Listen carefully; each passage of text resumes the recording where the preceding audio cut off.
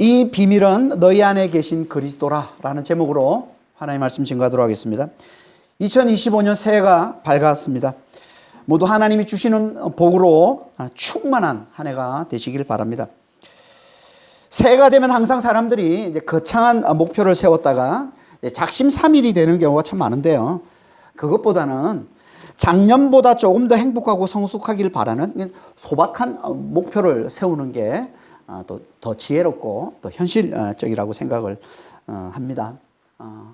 새해는, 올 한 해는 작년보다 좀 더 행복하고 좀 더 성숙한 그런 한 해가 되시길 바랍니다.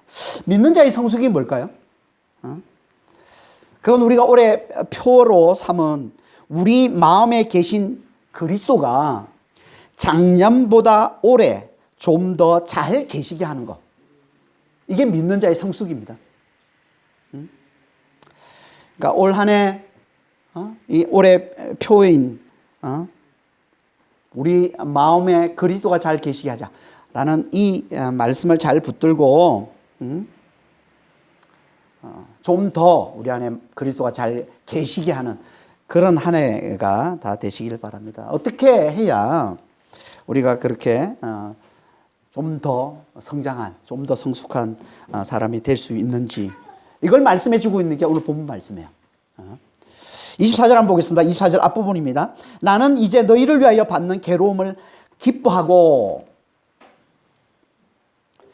바울은 앞에서 골로새 교회에 그들의 믿음과 사랑과 소망에 대해 하나님께 감사하고는 그들이 성령의 지혜로 하나님의 뜻을 깨달아 그 뜻에 합당한 삶을 잘 살도록 기도한다라고 말하고는 이제 그들을 위해 받는 괴로움을 기뻐한다라고 얘기를 하고 있는 겁니다.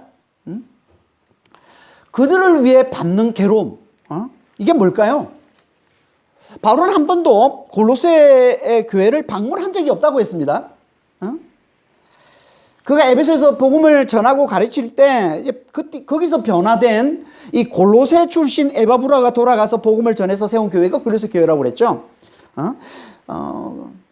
그때 바울은 예루살렘에 갔다가 거기서 체포돼서 로마로 압송되어서 지금 로마 감옥에 있는 것이고, 그때 이제 골로새 교회 소식을 듣고는 이제 골로새 교회에 편지를 하고 있는 게 이제 골로새서인 거죠.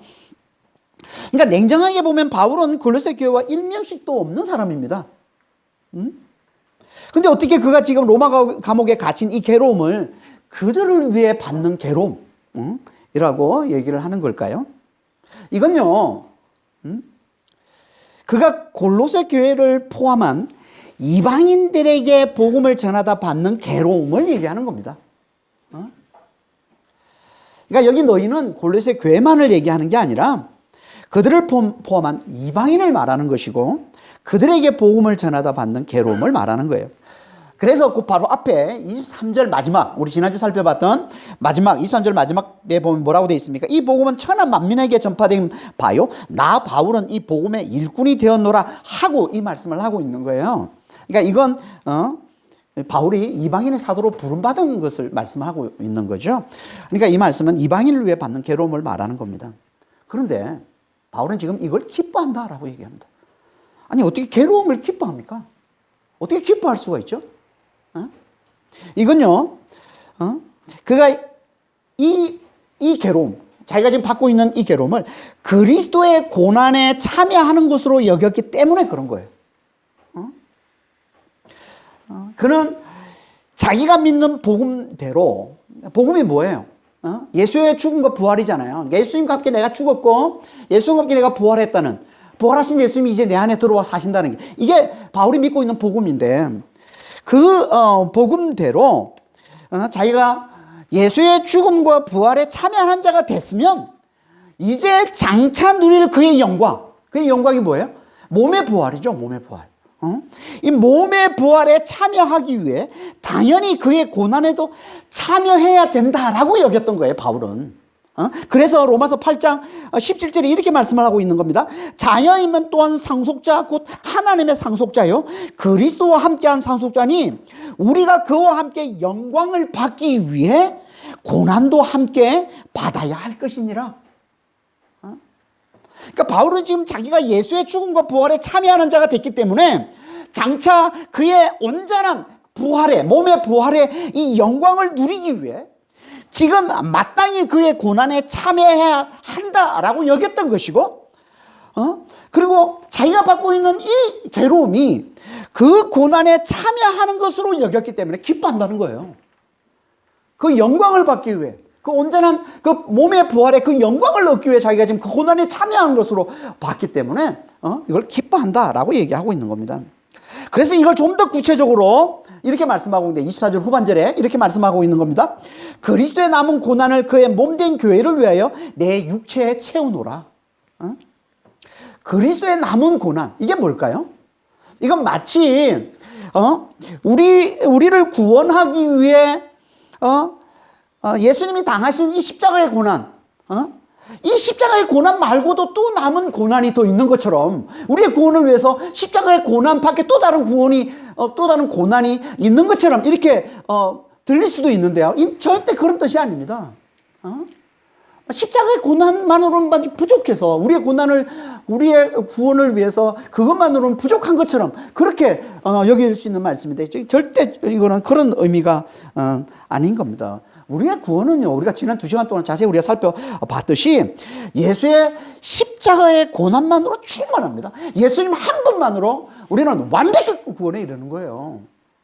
절대 뭐 다른 고난 이런 거 필요 없습니다. 우리 구원은 십자가의 고난만으로 충분하고 완성된 거예요. 그럼 대체 이건 무슨 뜻일까요? 이건요, 그리스도께서 그의 몸된 교회 지체들인 우리를 통해 감당하는 교회 고난을 말하는 거예요. 다시 말해서 주님이 영광 가운데 다시 오시기 전에 예수님은 그의 몸된 교회 지체들인 우리를 통해서 예수의 십자가와 부활의 복음을 온 땅에 전하고 가르쳐서 그리스도의 몸된 교회를 온전히 세우려 하시는데 그걸 위해 당하는 고난을 얘기하는 겁니다. 교회는 그리스도의 몸이죠. 교회가 그리스도의 몸이라는 건 무슨 말이에요? 교회가 곧 그리스도라는 거예요. 그래서 성경에서는 자주요, 교회를 예수님 당시 자신으로 말씀을 하고 있습니다. 그걸 잘 보여주는 말씀이 사도행전 9장 말씀이에요. 사도행전 9장에 보면 바울이 변화되기 전에 사울일 때, 변화되기 전 이름이 사울이잖아요. 사울일 때 그가 다메섹에 있는 교회를 핍박하러 가는데 핍박하러 가던 중에 그 노상에서 예수님이 나타나십니다. 부활하신 예수님이 나타나서 그에게 이렇게 말씀하시는 거예요. 사도행전 9장 4절 5절에 땅에 엎드려 들음에 소리가 있어 이르시되 사울아 사울아 네가 어찌하여 나를 박해하느냐 하시거늘 대답하여 주여 누구시니까 이르되 나는 네가 박해하는 예수다. 지금 바울이 이전에 사울이죠. 사울은 지금 교회를 핍박하러 가고 있는데 예수님이 나타나시고는 왜 나를 핍박하느냐? 누구십니까? 네가 핍박하는 예수다. 지금 예수님은 뭘 얘기하고 있는 거예요? 교회와 예수님이 하나임을 보여주고 있는 거예요. 교회를 핍박하는 게 나를 핍박하는 거야. 이렇게 예수님 말씀하고 있는 거죠. 그래서 오늘 본문에서도 그리스도가 그의 몸된 교회를 통해 당하는 고난을 그리스도의 남은 고난 이라고 얘기하고 있는 것이고, 바울은 이 고난을 그의 몸된 교회를 위해 자기 육체를 채운다 이렇게 얘기를 하고 있는 겁니다.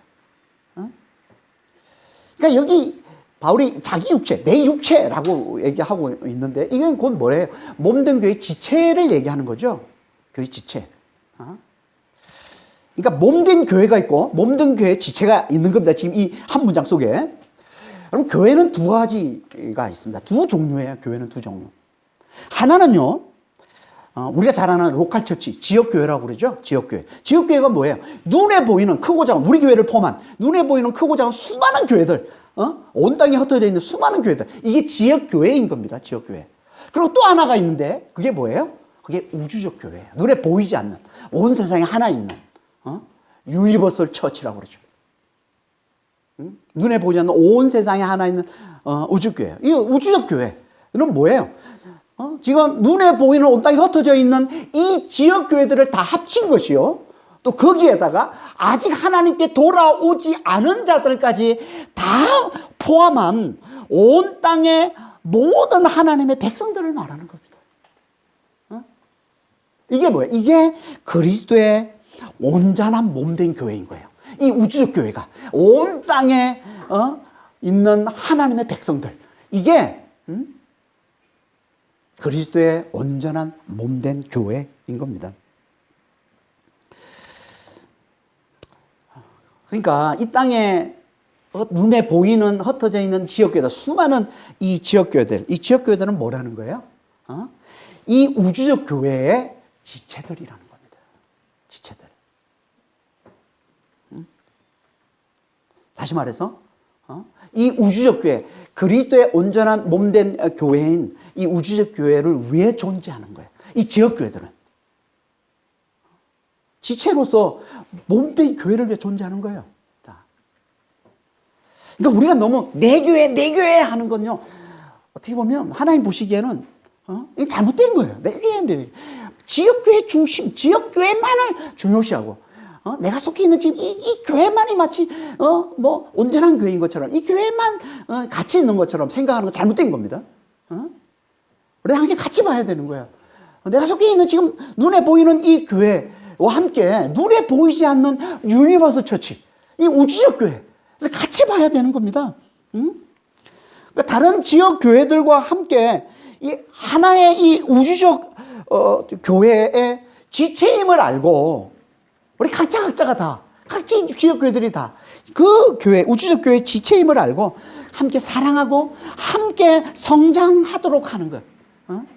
그렇게 교회를 볼 줄 아는 거예요. 이게 건강한 교회관이에요.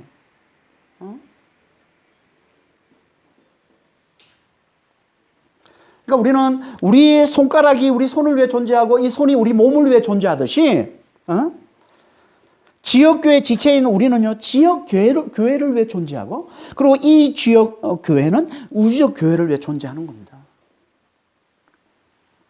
그래서 바울이 지체의 역할을 이렇게 말하는 거예요. 그리스도의 남은 고난을 몸된 교회를 위해 내 육체에 채운다. 이게 뭘 말하는 거라고요? 교회의 지체들이 교회와 이 세상에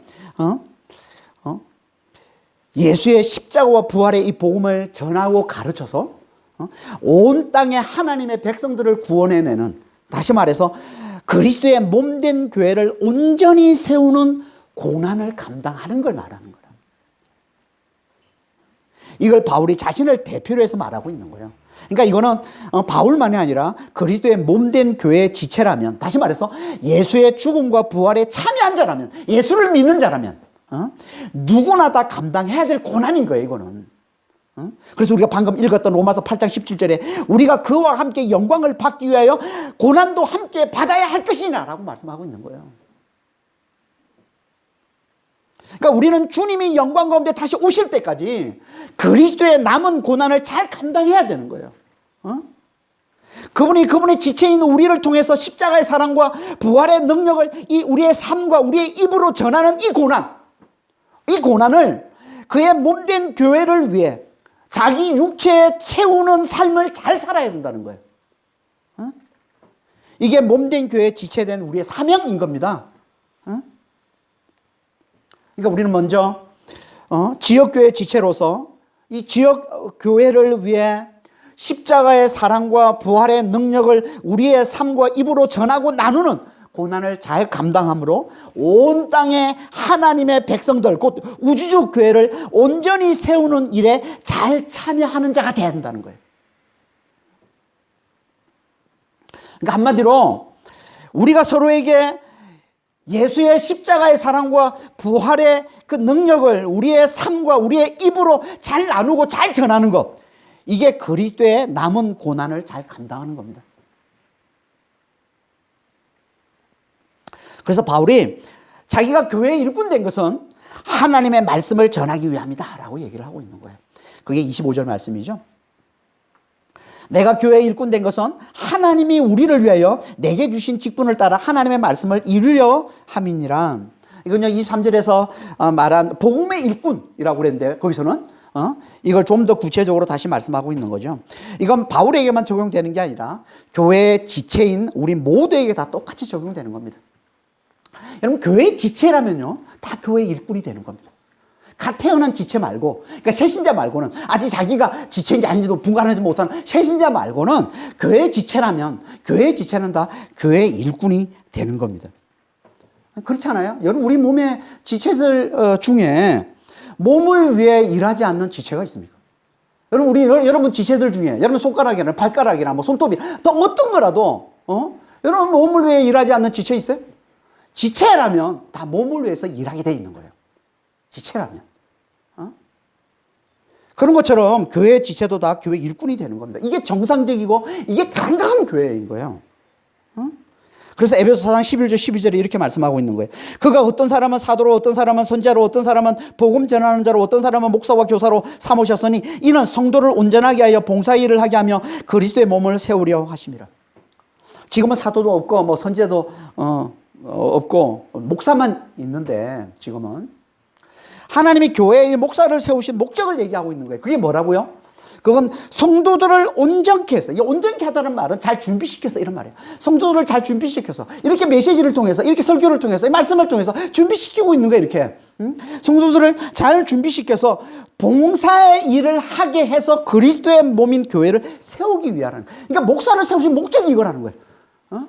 성도들을, 여러분들을 잘 준비시켜서 봉사의 일을 하게 하도록, 그래서 함께 그리스도의 몸인 이 교회를 잘 세우도록 하기 위해서 그런 거라는 거예요. 여기 봉사의 일을 하는 자, 이게 교회의 일꾼. 이 일꾼이라는 단어와 같은 단어 디아코노스입니다. 디아코노스. 이 집사예요. 집사. 그래서 영어로 디콘이라고 그러죠. 이게 헬라어 디아코노스나, 이게 섬기는 자, 시중 드는 자, 돕는 자 라는 디콘이라는 겁니다. 교회 일꾼을 얘기하는 거예요. 그러니까 하나님은 교회 성도들이 다 교회 일꾼이 되기를 원해요. 다 교회. 그러니까 교회 성도들이 교회 지체잖아요. 교회 지체들, 교회 속에 있는 자들은 다 교회 일꾼이 되기를 원하는 거예요. 하나님은. 그러니까 교회를 위해서, 교회를 위해서 섬기고 돕는 그런 일꾼들이 다 되셔야 돼요. 올 한 해는 정말 여러분들이 교회 일꾼이 다 되는, 지체의 역할을 잘 감당하는, 이 교회의 지체로서의 역할을 잘 감당하는 교회 일꾼들이 다 되시길 바랍니다. 찬양 봉사든, 식당 봉사든, 청소 봉사든, 중보 기도 봉사든, 뭐든 교회를 위해 섬기는 자, 교회를 위해 봉사하는 자가 다 되시길 바랍니다. 무엇보다 예배 늦지 않는 봉사를 좀 잘 하시길 바랍니다. 이것도 교회를 세우는 일이 가장 기본적인 거예요. 이게 교회가 믿음 안에서 성장하도록 돕는 가장 기본적인, 교회 늦지 않는 겁니다. 예배 늦지 않는 거예요. 예배 잘 드리는 거예요. 그게 기본적인 봉사인 것이고, 자기 영혼을 살리기 위한 너무 중요하기도 하지만 또 교회를 섬기는 데 너무나 중요한 거예요. 예배 늦지 않는 것. 이걸 여기서 시작해서 다른 찬양 봉사, 뭐 식당 봉사, 여러 봉사들을 하면 됩니다. 물론 이건요, 자기가 원하는 대로 하는 게 아니라 교회가 원하는 대로 해야 되는 거죠. 그래서 하나님이 주신 직분을 따라 교회 일꾼이 됐다고 그러는 거예요, 바울이.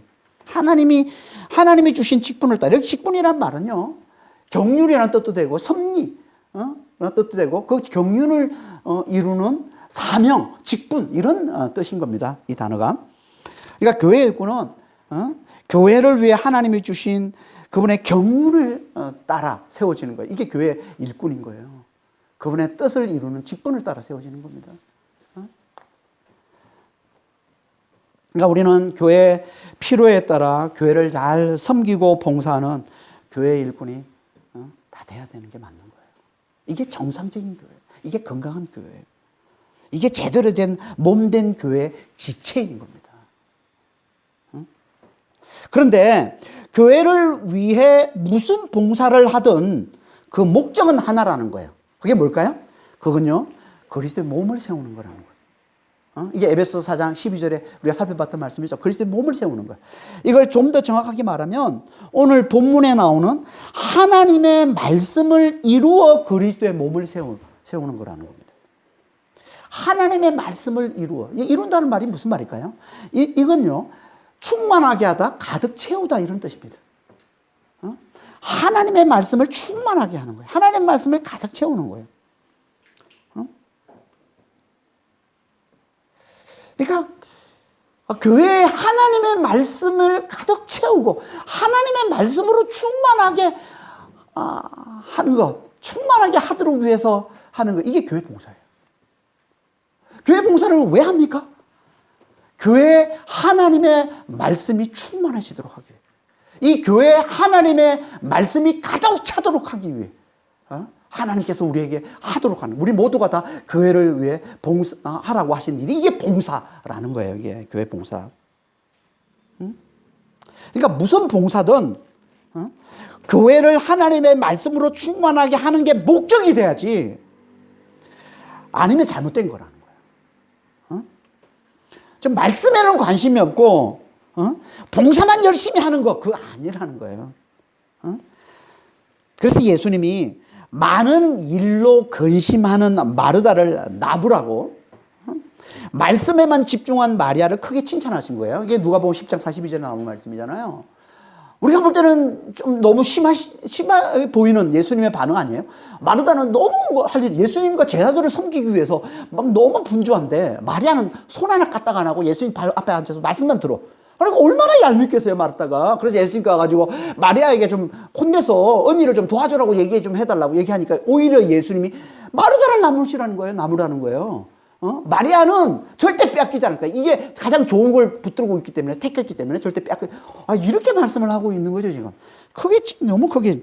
왜 예수님이 이렇게 말씀하시는 거예요? 이건요, 봉사가 말씀을 위해 존재함을 샘플로 보여주기 위해서 그런 거예요. 여러분, 봉사는 말씀을 위해 존재하는 겁니다. 말씀 팽개치고 봉사하는 거, 하나님 옆에 그거는 그렇게 가치 있는 게 아니에요. 말씀을 위해 존재하는 거예요. 그러니까 봉사하는 자는 먼저 그 속에 말씀을 잘 채워야 돼요. 그리고 나서 다른 지체들도 말씀으로 잘 채워질 수 있도록 돕는 거, 이게 제대로 된 봉사예요. 교회 봉사. 그러니까 교회가 하나님의 말씀으로 충만한 게 너무 중요한 거죠. 왜 이게 이토록 중요할까요? 그래야 그리스도의 몸, 이 교회가 잘 세워질 수 있기 때문에. 대체 하나님의 말씀이 뭐길래 말씀으로 충만한 게 그리스도의 몸이 잘 세워지는 걸까요? 그게. 여러분, 하나님의 말씀이 뭐예요? 다른 말로 하면 뭐예요? 그게 그리스도의 복음이죠. 하나님의 말씀은 그리스도의 복음을 말하는 겁니다. 그래서 앞에서 복음의 일꾼이라고 말하고는 이 말씀을 하고 있는 거고요. 또 베드로전서 1장 24절 25절에 보면 하나님의 말씀이 곧 복음이다, 이렇게 얘기를 하고 있습니다. 그러므로 모든 육체는 풀과 같고 모든 영광은 풀의 꽃과 같으니 풀은 마르고 꽃은 떨어지되 오직 주의 말씀은 세세토록 있도다 하였으니 너에게 전한 복음이 곧 이 말씀이니라. 그러니까 교회는 그리스도의 복음으로 충만해야 그리스도의 몸으로 잘 자라고 잘 세워진다는 겁니다. 그리스도의 복음으로 충만해야, 교회가 그리스도의 복음으로 충만해야, 예수의 죽음과 부활로 교회가 충만해야 그리스도의 몸으로 잘 세워진다는 거예요.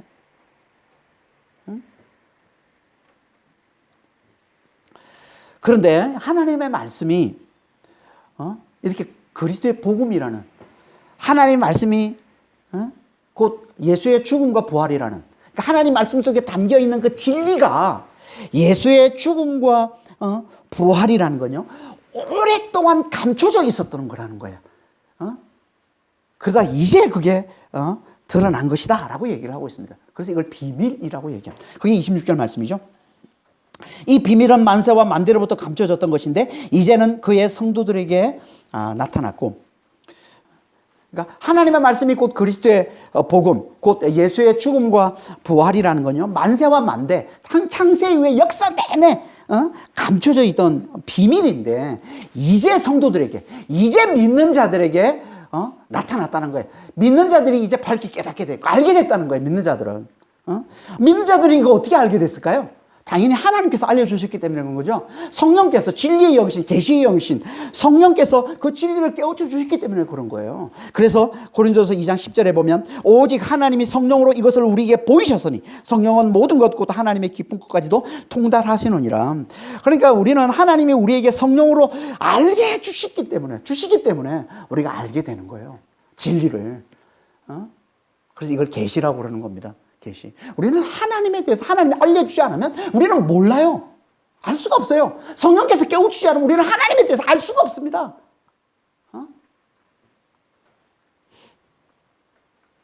하나님이 알려주시는 거예요. 그래서 20절 앞부분에 이렇게 말씀하고 있습니다. 하나님이 그들로 하여금 이 비밀의 영광이 이방인 가운데 얼마나 풍성한지를 알게 하려 하심이라. 직역하면 이런 말씀인 겁니다. 하나님이 성도에게 이방인 가운데 있는 이 비밀의 영광의 풍성함을 알게 하기를 원하셨다. 이 비밀의 영광의 풍성함, 이게 뭘까요? 이 비밀의 영광의 풍성함. 이 말은요, 이 비밀이 너무나 영광스럽고 너무나 풍성한 거라는 거예요. 이 비밀이.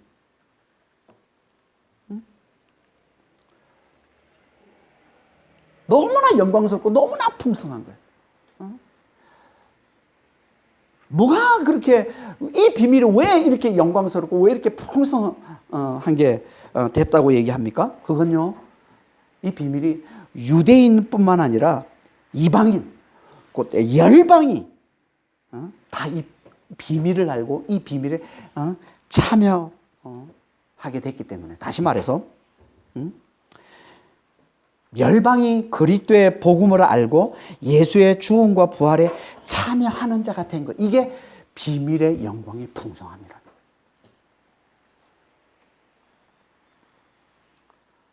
이방인이 여기에 참여하게 된 거예요.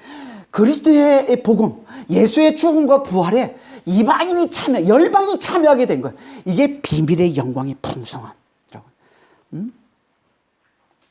그래서 이걸 한마디로 뭐라고 얘기합니까? 너희 속에 있는 그리스도라고 얘기해요. 너희 속에 있는 그리스도. 이 비밀의 영광의 이 풍성함, 이건 너희 속에 있는 그리스도다. 이렇게 얘기를 하고 있는 거예요. 이 말은 이방인 너희 가운데 그리스도가 사시는 것. 너희, 골로새 교인들이잖아. 이방인들이잖아. 이방인 너희 가운데 그리스도가 사시는 것, 그리스도가 계신 것. 이게 비밀의 영광의 풍성함이라는 거예요. 이게 너무나 영광스럽고 너무 풍성한 거라.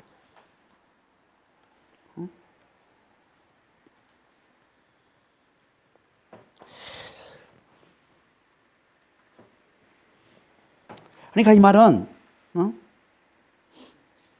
이 복음이, 이 그리스도의 복음이 이방인에게까지 흘러 들어와. 지금 우리에게까지 흘러 들어온 거잖아요. 우리 이방인에게까지 우리 안에 예수님이 사시는 것, 이게 비밀의 영광의 풍성함.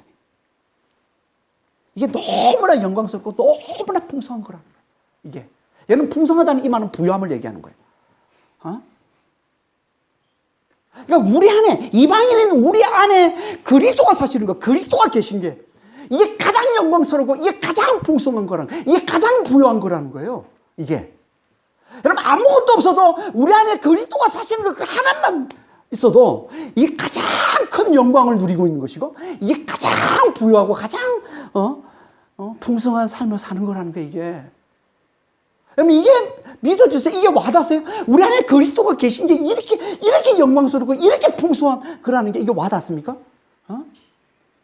이게 깨닫는 게, 이게 진리를 제대로 깨닫는 거예요. 우리 안에 그리스도가 계신 게 이렇게 귀한 거라는 거예요. 우리가 그리스도가 계신 게 이렇게 어마무시하게 영광스럽고 어마무시하게 부유하게, 우리를 부유하게 만드는 거라는 거예요. 그래서 사도 바울이 그러잖아요. 사도 바울이 고린도서 6장 10절에 사도 바울이 뭐라고 얘기합니까? 근심하는 자, 내가 근심하는 자 같으나 나는 기쁨으로 충만한 자요. 내가 가난한 자 같으나 많은 사람들을 부유케 하는 자요. 내가 없는 자 같으나 내가 모든 것을 가진 자다라고 얘기하는 거예요. 왜? 그 안에 그리스도가 계시니까. 질그릇 속에 보배를 가지고 있는 자니까. 근데 이걸 깨달아야 이걸 복음을 제대로 깨닫는 거예요. 이걸 깨달아야 예수를 제대로 믿는 거예요. 내 안에 계신 그리스도를 제대로 알아보는 거예요. 이게 복이에요. 이게 보물이에요. 이게 가장 부욕해 하는 거예요. 이게 가장 영광스러운 거란 말이에요. 이걸 말씀하고 있는 게 이 비밀의 영광의 풍성함인 겁니다. 우리 안에 계신 그리스도. 여러분, 이 가치를 알아봐야 돼요. 사도 바울은요, 이걸 알았기에 이걸 이렇게 강조하는 거예요. 그러니까 사도 바울은 자기 안에 계신 그리스도, 우리 안에 계신 그리스도, 이방인이 너희 안에 계신 그 그리스도, 이게 다라는 거예요. 이게 가장 영광스럽고, 이게 가장 풍성하고, 이게 가장 부유케 하고, 이게 전부라는 거죠. 이게. 그 말씀을 담아서, 그 의미를 담아서 말씀하고 있는데 이 말씀인 겁니다. 그러니까 우리는 이미 많은 사람들이 깨닫지를 못하고 있지만 이미 우리 안에는 세상에서 가장 부유한 걸 소유한 자예요. 세상에 가장 영광스러운 걸 소유한 자란 말이에요. 우리 안에 계신 그리스도가 그 영광이요, 그 풍성함이라는 거예요. 이미 그걸 소유하고 있는데 그걸 누리지를 못해요. 왜? 그걸 알아보지를 못하니까. 그 가치를 알아보지 못하니까. 옛날에 인디안들이 그 돌마다 그 황금 덩어리 있는 그 돌들을 알아보지 못해서 그거 가지고 공기놀이를 했었고 돌 던지고 돌로만 알고 있는데, 이 서양인들이 그걸 알아보니까 그들을 다 정복하고 그들을 죽이고 그 황금을 다 차지한 거 아니에요. 알아보지를 못하면 망하는 거예요. 그걸 망하는 거예요. 여러분, 아무리 대단한 걸 가지고도 그 가치를 알아보지 못하면 망하는 겁니다. 우리 안에 계신 그리스도가 이렇게 영광스럽고 이렇게 부유하고 이렇게 풍성하고 모든 지혜와 모든 지식의 보물이라고 우리가 다음 시간에 살펴보겠지만, 그분이 모든 지식의 지혜와 지식의 보물 창고라고 말씀하고 있는데 이걸 알아보지를 못하니까 우리 아무것도 아닌 이 머리 가지고 우리 머리로 우리 인생을 어떻게든 제대로 굴려보겠다고 애쓰고 있는 하나님 보시기에 너무 답답한 거죠. 보물을 가지고서 그 속에 보물을 가지고 있으면서 돌덩이처럼 여기고 살아가 있는 우리의 모습을 하나님은 얼마나 답답하시겠어요. 그 말씀을 하고 있는 거예요. 질그릇 속에 보물을 가지고 있는 자란 말이에요. 우리는 이게 우리 속에 계신 그리스도인 거예요.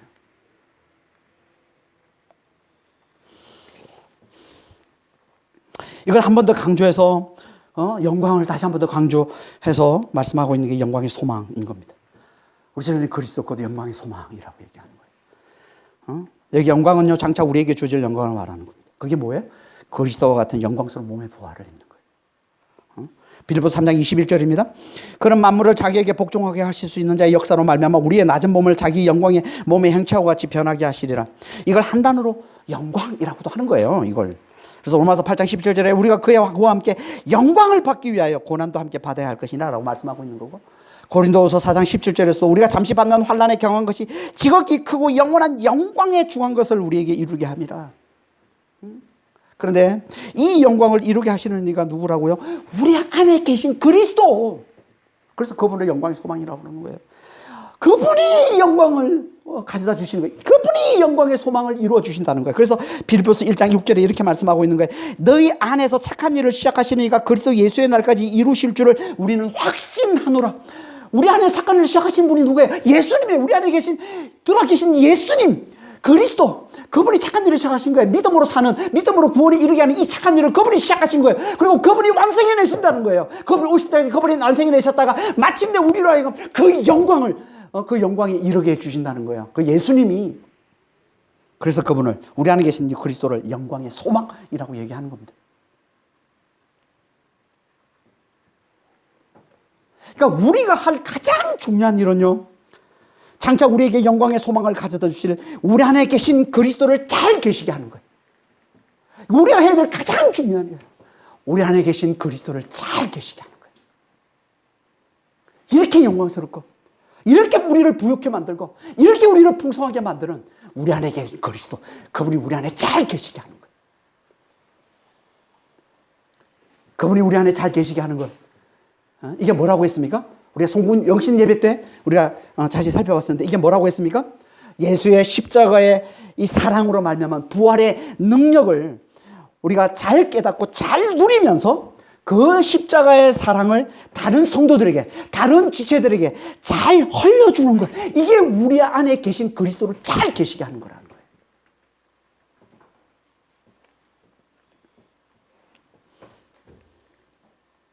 그러려면 어떻게 해야 돼요? 그리스도의 복음을 잘 듣고 먼저 우리가 우리 안에 계신, 우리 안에 그리스도가 계신 교회 지체가 돼야죠. 복음을 잘 듣고 우리 안에 그리스도가 계신 자가 돼서 교회를 잘 섬김으로, 그 안에 그리스도가 계신 자가 교회를 잘 섬김으로 교회 안에 그리스도의 복음이 가득 차게 해야 한다는 거예요. 그러려면. 그러니까 교회를 향한 하나님의 뜻은요, 그 안에 그리스도가 계신 지체들의 이 봉사, 이 섬김을 통해서 교회가 그리스도의 복음으로 충만해지는 거예요. 교회가 예수의 죽음과 부활을 잘 알고 그 복음에 잘 참여하는 거예요. 교회 안에 그리스도가 잘 계시게 하는 거예요. 내가 먼저 그리스도가 내 안에 잘 계시게 하고, 그리고 잘 섬김으로, 교회를 잘 섬김으로 교회가 그리스도 안에 잘 계시게 하는 거예요. 이걸 다른 말로 그리스도 안에서 우리를 완전한 자로 세운다고 그러는 거예요. 그리스도 안에서 우리를 완전한 자로. 28절 말씀이죠. 우리가 그를 전파하여 각 사람을 권하고 모든 지혜로 각 사람을 가르치면 각 사람을 그리스도 안에서 완전한 자로 세우려 함이라. 그리스도를 전하는 목적이 뭔지, 그리스도를 전하면서 각 사람을 권하고 각 사람을 경고하고 각 사람을 가르치는, 모든 지혜로 가르치는 그 목적이 뭔지를 얘기하는 거예요. 그거는 모든 사람을, 각 사람을 완전한 자로 세우기 위해서. 각 사람 한 사람 한 사람이 얼마나 중요한지를 강조하고 있는 거예요. 지금 한 사람 한 사람이 얼마나 중요한지, 그 한 사람 한 사람이 그리스도를 전해서 그리스도를 권면하고 그리스도를 경고하고 그리스도로 모든 지혜로 그리스도를 잘 가르쳐서 완전한 자로 세우는 거예요. 완전한 자. 이게 그리스도를 전하는 목적이에요. 완전한 자로 세우는 게. 완전한 자가 뭐예요? 어떻게 우리가 완전한 자가 될 수 있어요? 그러니까 이 말은요, 우리가 지난주에 살펴봤던 우리를 화목해서 예수의 육체의 죽음으로 인해서 우리 하나님과 우리를 화목해 했는데 그 화목해 하는 목적이 뭐라고요? 우리가 거룩하고 흠이 없는 자로 주님 앞에 서게 하기 위해서 그랬다고 그랬죠? 같은 의미예요. 거룩하고 흠이 없는 자. 여기서 완전한 자라고 표현하고 있는데요. 이 단어를 히브리서 5장 14절에서는 뭐라고 표현하고 있냐면 장성한 자, 성숙한 자 이렇게 표현하고 있습니다. 그러니까 완전한 자, 이건 성숙한 자, 장성한 자 이런 같은 의미로 보시면 됩니다. 그리스도 안에서 성숙한 자가 누구예요? 여러분 그리스도 안에서 성숙한 자가 누구예요? 그건요, 그리스도의 성품을 잘 드러내는 자죠. 그렇지 않아요? 그리스도의 성품을 잘 드러내는 거예요. 여러분 그리스도의 성품의 핵심이 뭐예요? 그게 십자가의 사랑이잖아요. 그리스도의 성품의 핵심은 십자가의 사랑입니다. 그러니까 십자가의 사랑을 잘 드러내는 자가 완전한 자인 것이고, 그가 곧 그리스도, 그 안에 그리스도가 잘 계신 자가 되는 거예요. 십자가의 사랑을 잘 드러내는 자.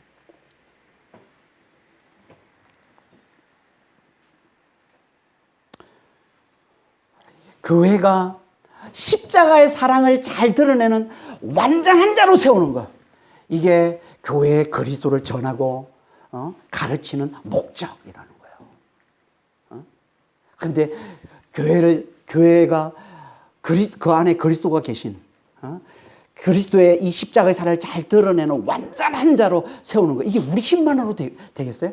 절대 안 되죠. 그래서 29절에 이렇게 말씀하고 있는 거예요. 이를 위하여 나도 내 속에서 능력으로 역사하는 이의 역사를 따라 힘을 다하여 수고하노라. 물론 우리도 힘을 다해 수고해야 됩니다. 힘을 다해 수고. 이게 곧 뭐예요? 앞에서 얘기했던 그리스도의 남은 고난을 내 육체에 채우는 거죠. 그러니까 그리스도의 남은 고난을 내 육체에 채운다는 이 말은 복음을 전하며 당하는 고난과 수고를 얘기하는 거예요. 지금 같은 말을 지금 하고 있는 겁니다. 힘써 수고하는 거예요. 하지만 이것만으로는 안 되잖아요.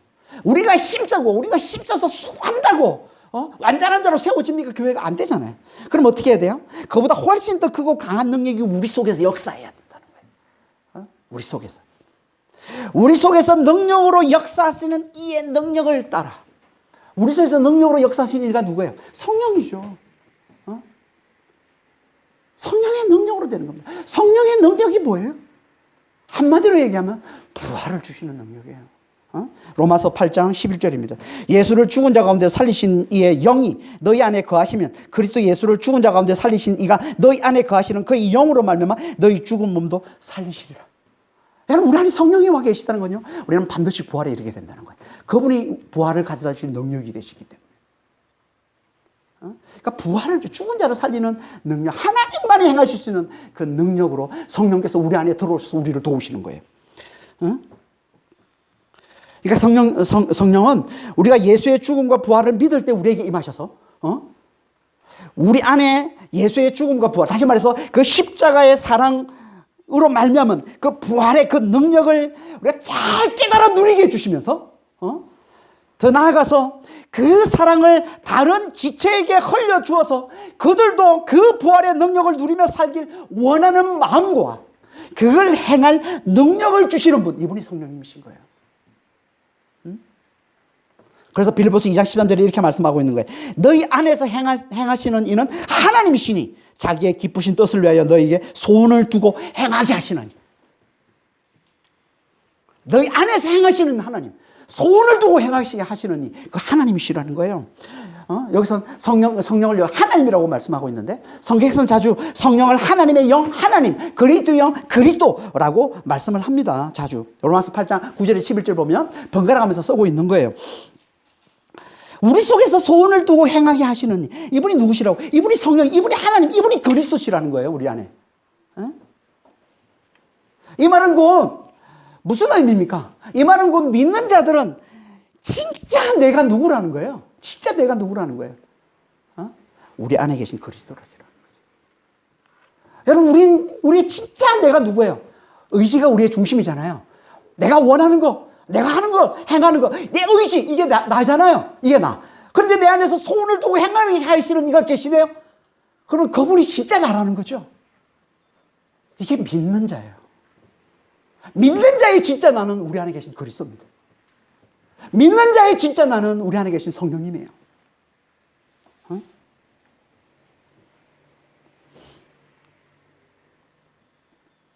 우리가 그분을 진짜 나로 알고 그분께 집중할 때 그분이 우리 안에 소원을 주셔서 그분의 일을 행하게 하신다는 거예요.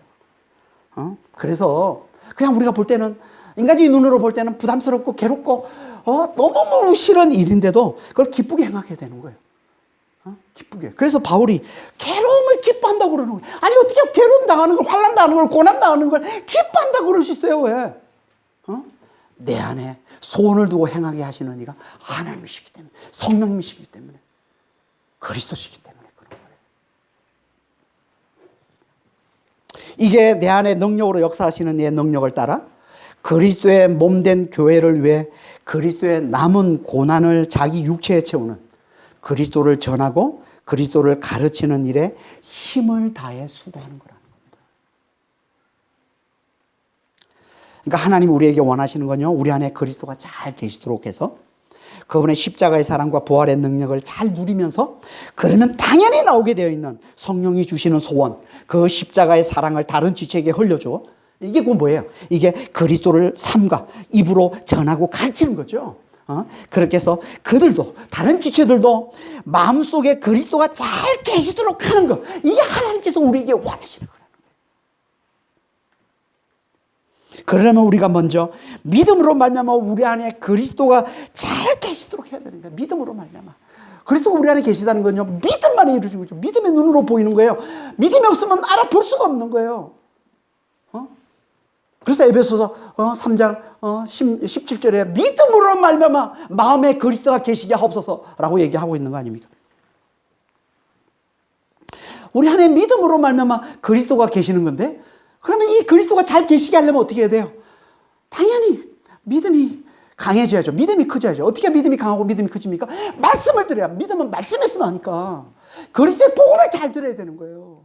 예수의 죽음과 부활의 이 복음을 잘 들어야 되는 거예요. 그리스도께서 우리를 위해서 죽으시고 부활해서 하늘을 올라 하늘과 땅을 다스리시며 성령으로 우리 안에 들어와 계시다는 이 그리스도의 죽음과 부활의 이 복음을 우리가 잘 들어야 우리가 믿음이 강해지고 그 믿음 안에서 우리 안에 그리스도가 계시다는 것을 우리가 잘 깨닫게 되고 잘 붙들게 되고 그게 우리 안에 그리스도가 잘 계시게 하는 거라는 거예요.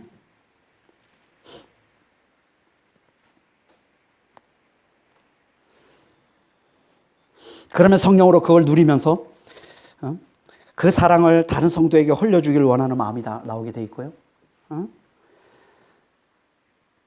그 마음이 나오면 그걸 위해 우리는 힘을 다해 수고하는 자가 될 수 있다는 거예요.